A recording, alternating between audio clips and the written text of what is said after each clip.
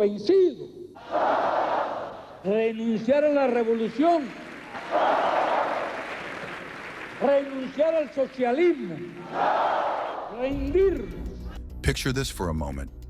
You have a cigar on the fire, you have made the smoke the first puff of a cigar, and now you are dead.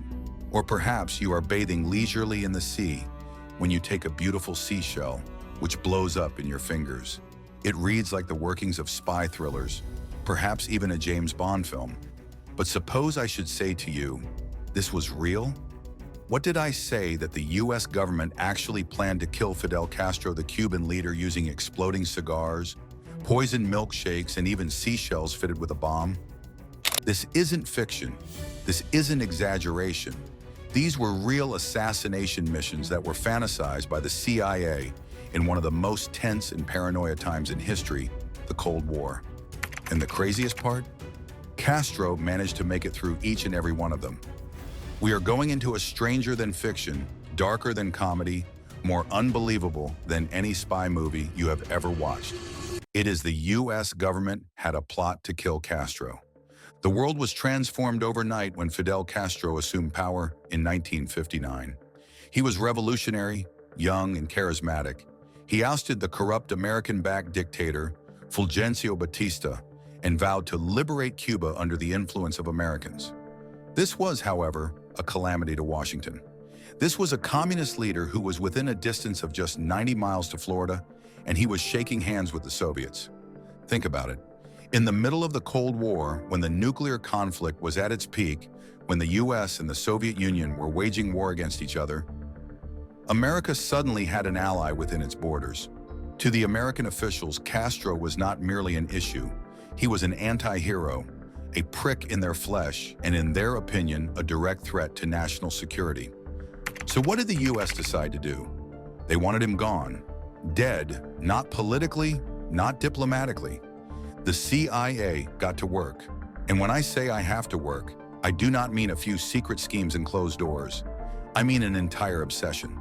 The assassination of Castro was a full-scale operation, full of scientists, spies, mobsters, and even the much-tinged brainstorming session. More than 600 plans of assassinating Fidel Castro would occur over the years. 600. Let that sink in for a moment. A leader of a small island nation, who was the sole owner of a large man, turned out to be the most targeted person in the modern history. There were some efforts now which were fatally serious, but others, they sounded like the fever evocations of an aggrieved screenwriter. As an example, consider the exploding cigar plot.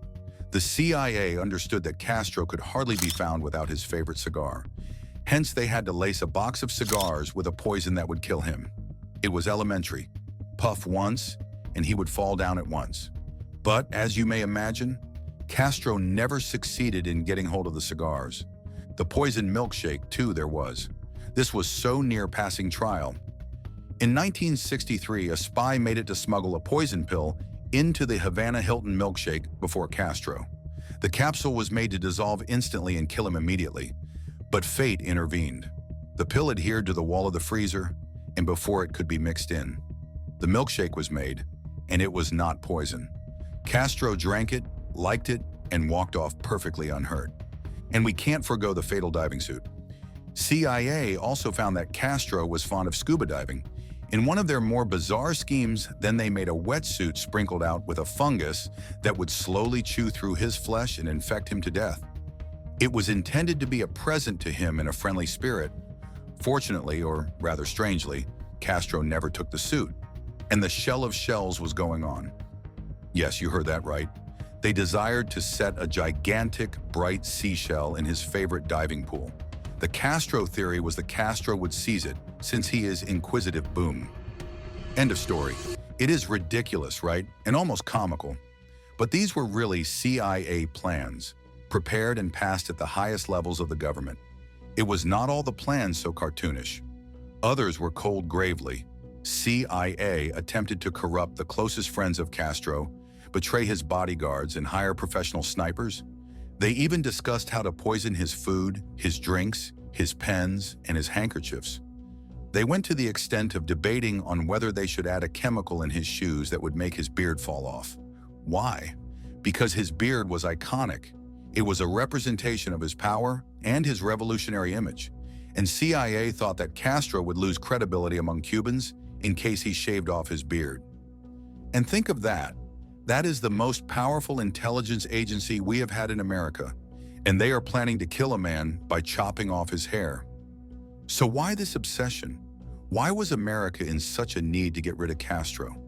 The solution is in the humiliations of the early 60s. To begin with, the Bay of Pigs incursion in 1961. Cuban exiles were used by the U.S. to overthrow Castro. It was a disaster.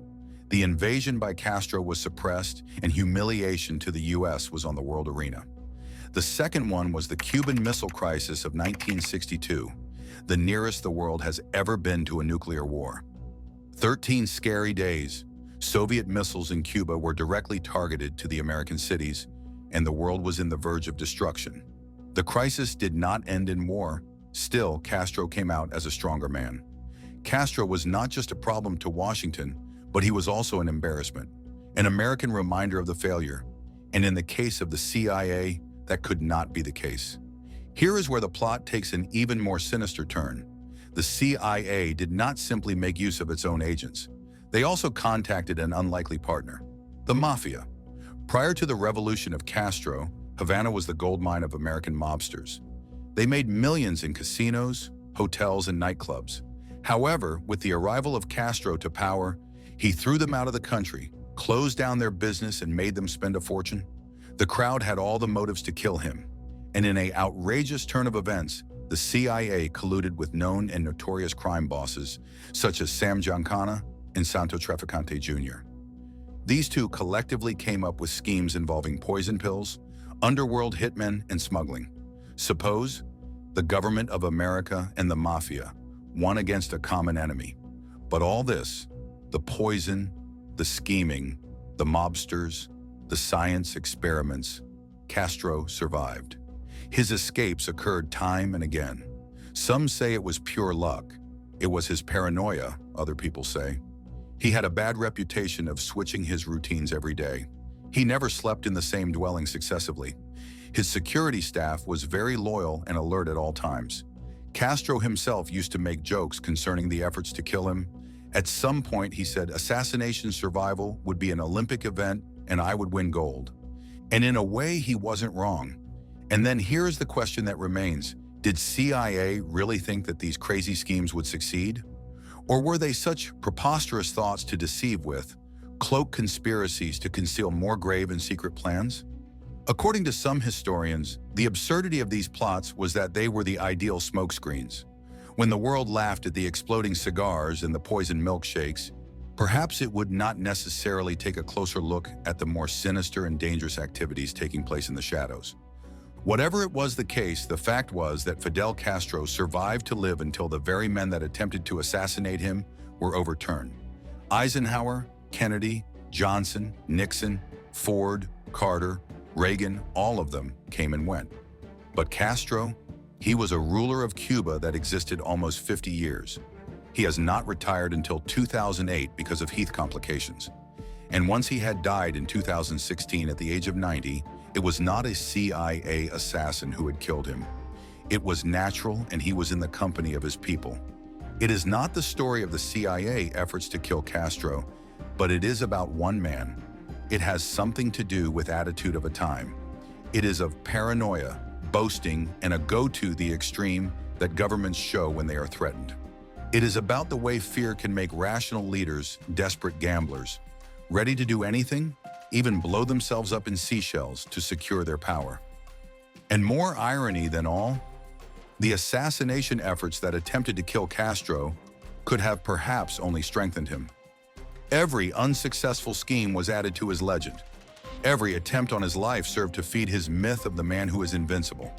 To the people of Cuba, it was evidence that their leader was able to outsmart the most powerful nation in the globe. And with Castro himself, it was nearer to a point of pride. Hence, the next time you read about cigars that blow up and milkshakes that poison, you need to keep in mind that it is not a funny Cold War legend. It is a peep at one such time when the world was on the brink of destruction, an era when fiction was more true than fact. And there was also a time when a man, in spite of everything, has survived hundreds of attempts on his life, and he became a legend. This is what has been the US government had a plot to kill Castro.